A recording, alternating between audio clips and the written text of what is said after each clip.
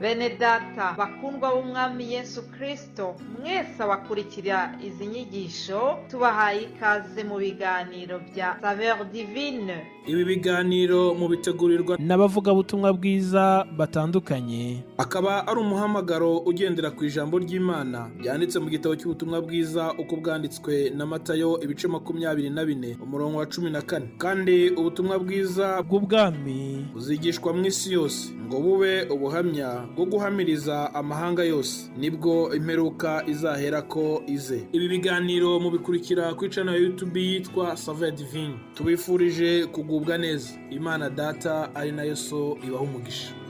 Yesu ashimwe bakundwa nshuti z'umusaraba, bene data mwese abakurikira iki kiganiro Saveur Divine.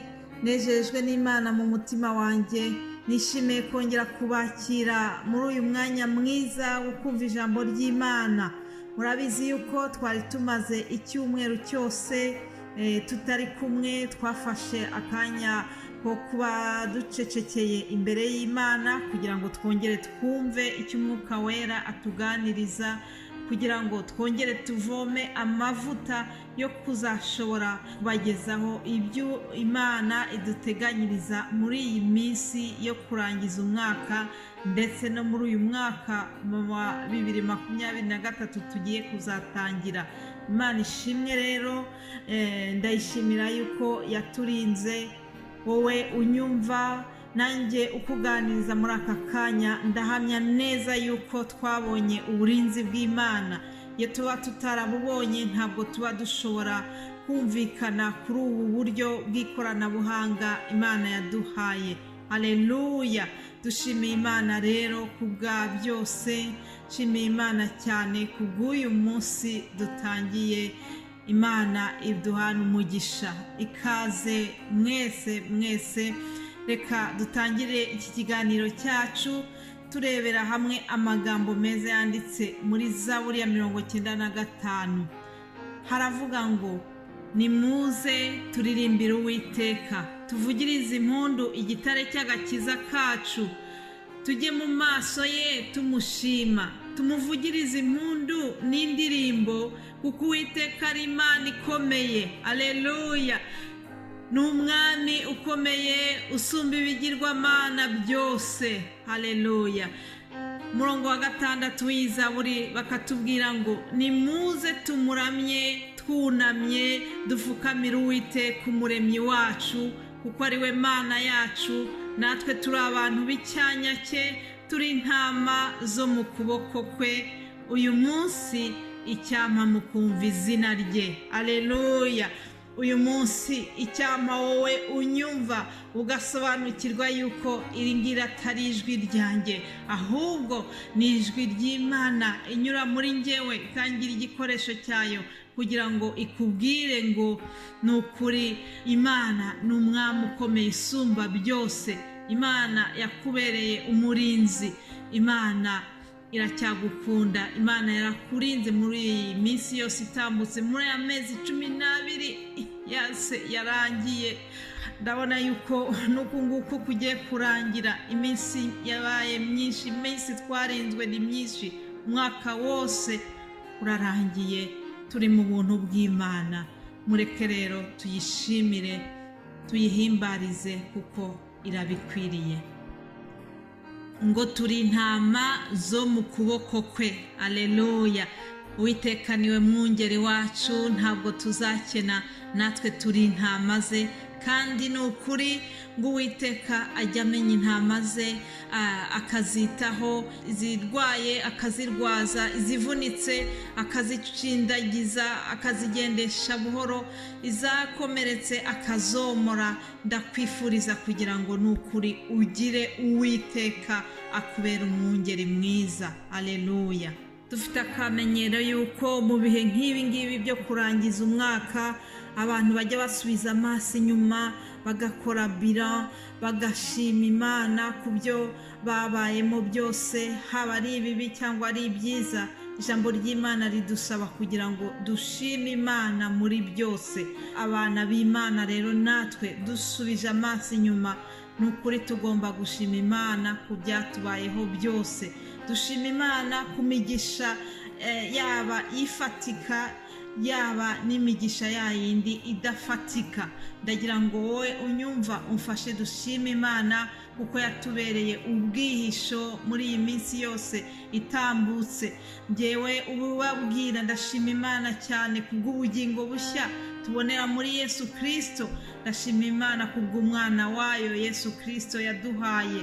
Ni ukuri hari igihe nari meze nabi, hariho igihe nari mfite ubwoba, hari igihe nari ncitse intege mbabaye nihebye, ariko ndashima Yesu kuko muri icyo gihe, muri cya gihe gikomeye muri 2016 ubwo bambwiraga uburwayi bwa kanseri, nabaye nk'umuntu uguweho n'ijuru, ariko uwo Yesu yaraje aransanga, amaze arampoza amarira, amara ubwoba, anyohereza umumarayika, ntabwo nzabyibagirwa. Uyu munsi biri mu bintu nanone nongera kumushimira kuko Yesu yanyohereje umumarayika mu gihe gikwiriye, ntabwo nzamwibagirwa. Umuwe infirmiere witwa Ingrid, Imana imuhe umugisha aho ari hose, ntabwo nzabyibagirwa kuko niwe Imana yakoresheje kugira ngo inyiyereke. Ndayishimiye cyane, nubwo hashize imyaka hafi 7, ariko iryo shimwe rizahora mu mutima wanjye. Bene data, turi mu gihe cyo gushima Imana. Reka iyi minsi yo kurangiza umwaka amashimwe yongere abe menshi mu mitima yacu. Wongere wibuke ntiwibagirwe ibyiza Imana yagukoreye. Dawidi amaze gusobanukirwa n'iki kintu, hari Zaburi yavuze ati mutima wanjye himbaza Uwiteka. Reka tuyirebe, turebe ayo magambo yo muri Zaburi 103, ndetse ndagira ngo mbabwire ko aya magambo ari wo mutwe uzaduherekeza, tuzagenderaho muri iki cyumweru dutangiye. Zaburi 103 handitse ngo mutima wanjye himbaza Uwiteka, mwabindimo byose mwe muhimbaza izina rye ryera. Mutima wanjye himbaza Uwiteka, ntiwibagirwe ibyiza yakugiriye byose. Ngiri ijambo tuzaganiraho, ijambo tuzavugaho muri iki cyumweru riratubwiye ngo mutima wanjye himbaza Uwiteka, ntiwibagirwe ibyiza yakugiriye byose.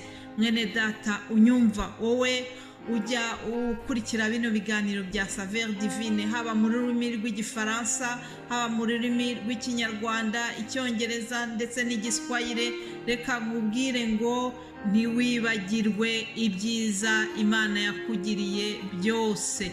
Umwana w'umuntu afite kamere ishaka kwibagirwa, ikibagirwa ibyiza, ahubwo igashaka kwibuka cyane cyane ibibi, ariko ibyiza ugashaka kuba nk'ubyibagirwa facilement.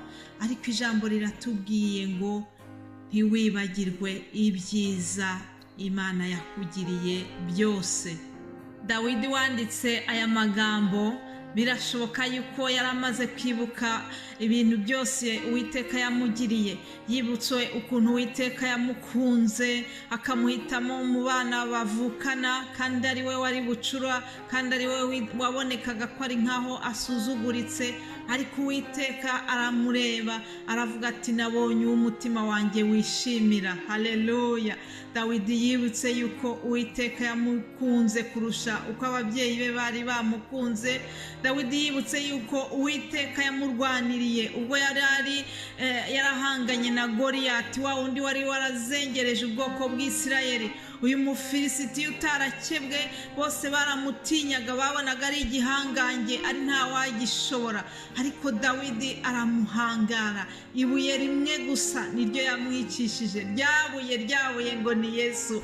Ibuye abubatsi banze ngo niryo ryubatse imfuruka. Iri buye ryarindi Dawidi yicishije Goliyati ryasobanuraga, ryahanuraga Yesu. Haleluya.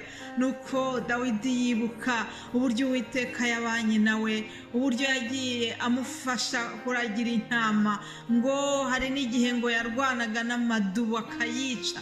Ibi byose byavuye mu maboko y'Uwiteka.